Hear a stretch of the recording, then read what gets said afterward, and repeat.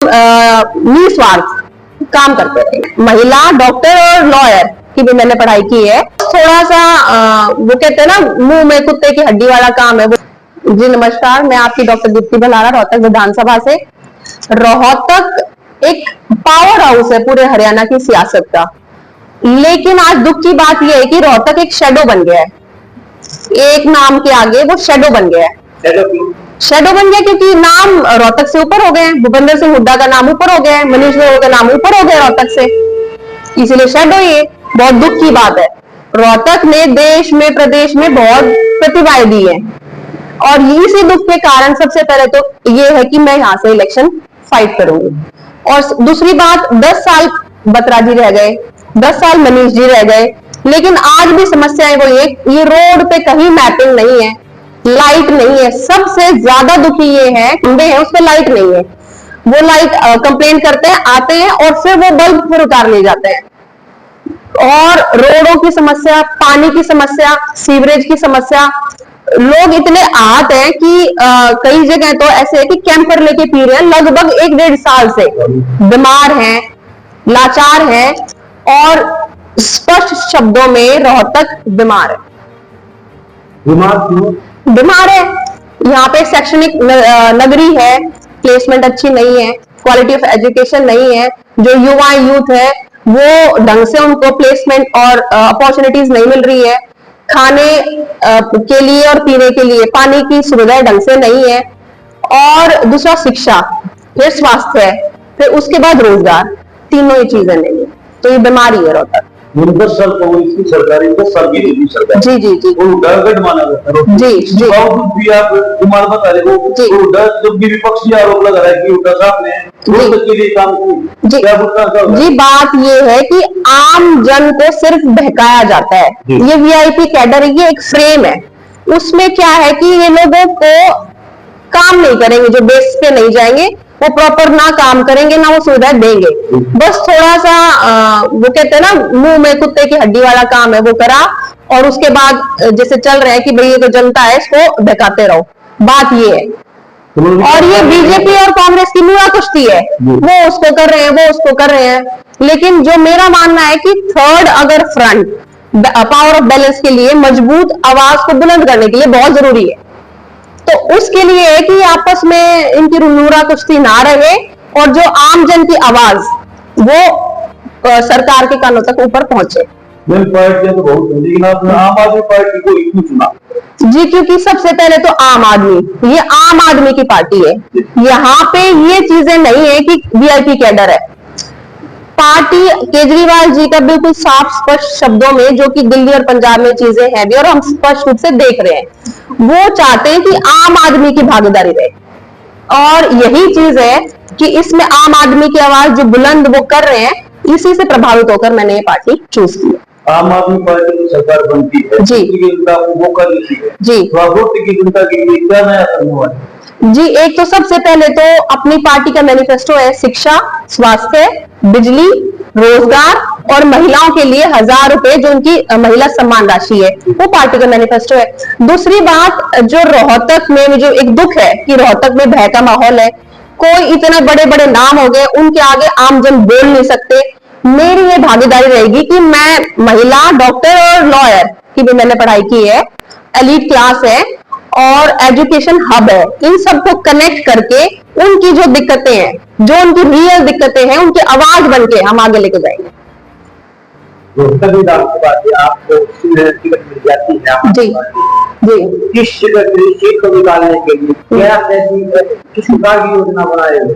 जी मैं सबसे पहले तो डोर टू डोर जन संपर्क अभियान है कि लोगों से, जो आम आदमी है ना, जहाँ पे लोग जाते नहीं है, वहां पे जाओ, उनसे जुड़ो, उनको बताओ, उनकी समस्याएं देखो, ये चीज है। दूसरी बात, महिलाओं को कनेक्ट कर रही हूँ, डॉक्टर हूँ, प्रोफेशन उसको कनेक्ट कर रही हूँ, अब लॉ की पढ़ाई की है, बार को कनेक्ट कर रही हूँ, आम आदमी मिडिल फैमिली से हूँ, उस आम आदमी को कनेक्ट कर रही हूँ, उनके बीच में पली बड़ी हूँ। तो उन सब चीजों को कनेक्ट कर रही हूँ। तो इससे अच्छा तो मुझे लगता नहीं कि कोई कॉम्बिनेशन है और हम कर सकते हैं इसके अलावा। अगर आम आदमी पार्टी से टिकट नहीं मिलती जी जी जी, तो आप निर्दलीय लड़ोगे या कोई और ऑप्शन आपने बनाया, कोई और पार्टी ज्वाइन करोगे? नहीं, पार्टी कोई ज्वाइन नहीं करेंगे। हम यहाँ पे आवाज बुलंद रखेंगे और टिकट और नहीं टिकट वो तो आला कमान ऊपर जाने, लेकिन हाँ हम निस्वार्थ काम करते रहेंगे मतलब समाज के लिए। ही काम करोगे? हाँ, पार्टी के लिए काम करेंगे और निस्वार्थ समाज के लिए भी काम करते रहेंगे। जैसे नौकरी की बात करते, युवाओं की बात करते, जी जी जी, खासकर जो युवाओं के लिए क्षेत्र की मौका देती है तो क्या कुछ करने वाले? जैसे अभी सरकार नहीं बच्चे नौकरी देगी, जी जी जी, तो आप क्या कुछ करना चाहते? जी सबसे पहले तो यहाँ के संसाधन इस्तेमाल किए जा रहे हैं। अच्छी बात है, नौकरियां सबको होनी चाहिए, लेकिन प्रायोरिटी जिसके संसाधन इस्तेमाल कर रहे हैं उनकी होनी चाहिए। तो मेरा यही रहेगा कि यहाँ के जो रोजगार दिए जाए युवाओं को, और चाहे वो अप्रेंटिसशिप के तरीके से थोड़ा स्टाइपेंड उनको इंटर्नशिप मिले और फिर उनको रोजगार दिए जाए, ये मेरा रहेगा स्ट्रेस। किससे संबंधित? क्या मूल निवासी हैं किसान, यहाँ की खेती और जो किसानी है वो तो हमारे मूल के अंदर है। तो सारी समस्या, ये पूरा विश्व का सबसे बड़ा जो आंदोलन हुआ था वो सारी समस्या भी है, शॉर्ट थोड़ा ना की है उसमें, चाहे कांग्रेस हो चाहे बीजेपी हो। बीजेपी तो फिर किसान विरोधी है ही, लेकिन कांग्रेस ने भी क्या किया था वहां जाके। तो समस्या यूं की यूं है, बस थोड़ी बहुत उनको डाइवर्ट कर दिया जाता है उनका लोगों को भलाने के लिए। तो सारी समस्याएं यूं की यूं जो वहां पे बैठे थे, कुछ उनके इतना हल नहीं हुआ है। कांग्रेस आम आदमी पार्टी जी एक साथ चुनाव लड़े जी, अब जैसे अलग अलग चुनाव लड़े, मतलब सीटों पर चुनाव लड़े, जी जी जी, क्या जैसे कुछ फर्क पड़ेगा पार्टी आम आदमी पार्टी अकेली चुनाव लड़ेगी? जी पूरा फर्क पड़ेगा। मेरा पर्सनल जो मानना है, केजरीवाल जी बिल्कुल अडिग इंसान है, वो झुकते नहीं है, वो जो आवाज है वो वहां पे मतलब अडिग रहते हैं वहां पे। अगर पार्टी 90 की 90 सीटों पे रहेगी तो पार्टी को बहुत ज्यादा फायदा होने वाला है। अगर वो अलायंस में आई तो उस पार्टी को नुकसान ही होना है, जैसे कि हम पीछे अपने इतिहास में देख ही रहे हैं। तो अगर पार्टी 90 की 90 सीटों पे लड़ती है तो ये पार्टी उभर के आएगी और फायदा होगा, निश्चित तौर पे फायदा होगा। 837 करोड़ का। जी बात ये है कि सत्ता से पैसा है और पैसे से सत्ता है, ये एक व्यवसाय बना दिया गया है।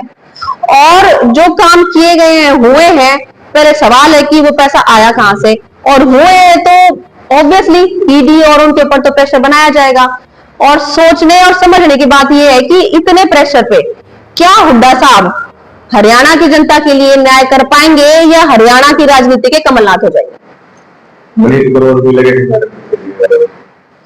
जी बिल्कुल उन पे लगे थे। और ये बात है कि बहुत गलत बात है, सामाजिक जीवन में किसी भी व्यक्ति को गुंडाई राजनीति नहीं करनी चाहिए, दबाना नहीं चाहिए जनता को। बिल्कुल मैं इसका समर्थन नहीं करती और उनको अपने सामाजिक जीवन से विराम भी ले लेना चाहिए। लेकिन बात यह है कि सियासत तो हमारे देश में जात पात की है, नो डाउट, लेकिन क्या प्रशासन भी जात पात का हो गया? पुलिस कप्तान है, वो किसी जाति विशेष के नहीं होते हैं, पूरा समाज उनके पास जाता है अपनी सहायता के लिए। अगर वो ये मैसेज दे रहे हैं तो क्या आमजन में भय का माहौल होगा? वो निसंकोच होकर वहां जा पाएंगे? तो बातें मेरे हिसाब से दोनों ही गलत है और दोनों पे ही सोचना चाहिए। नमस्कार। हमारे दर्शकों को क्या मैसेज? जी मैं दर्शकों को ये मैसेज पहुंचाऊंगी कि आप पहले सोचे, जो भी चीजें हो रही हैं ऐसे ही बिना सोचे किसी के पीछे जाना, अंधभक्ति करना और उनके फॉलोवर्स बनना नहीं। पहले सोचो, समझो और फिर निर्णय करो। विपक्षी पार्टियों को क्या चेतावनी देना चाहोगे? यही कि या तो सचेत हो जाइए, नहीं तो वो दिन दूर नहीं कि शिक्षा, स्वास्थ्य, रोजगार के लिए यहाँ पे भी आम जन बहुत बड़ी क्रांति और जुड़ के और आंदोलन करेगी। तो आप सचेत रहिए, आम जन के लिए काम कीजिए, आम जन के आप नौकर हैं, आप आम जनता के लिए काम कीजिए।